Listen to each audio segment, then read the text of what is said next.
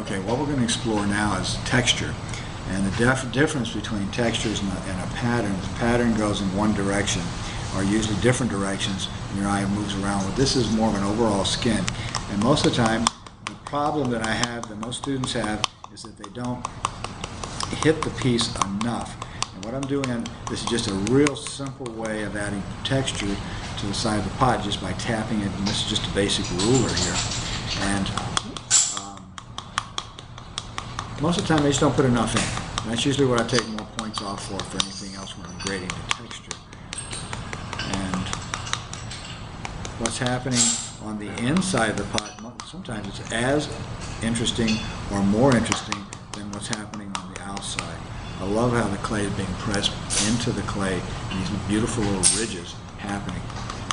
I'm going to go ahead and bring the base in just a little bit. I'm going to sit in it. Then again, I'm going to reevaluate what's happening organically with the shape of the pot, which I don't think that's too exciting, this peanut-looking shape. So I'll kind of round it up just a little bit more organic. Tap the bottom. I brought the bottom in. It's a little bit smaller.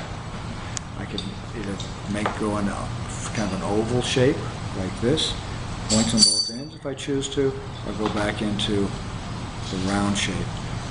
You can put the texture on the inside if you want to. It's a little bit more difficult, but this is basically putting a texture on your pot. You can press anything into the clay to make the texture. It doesn't have to be a ruler, and just like when I was making the patterns, you don't have to use the corner of a ruler. You can do anything to press into the clay.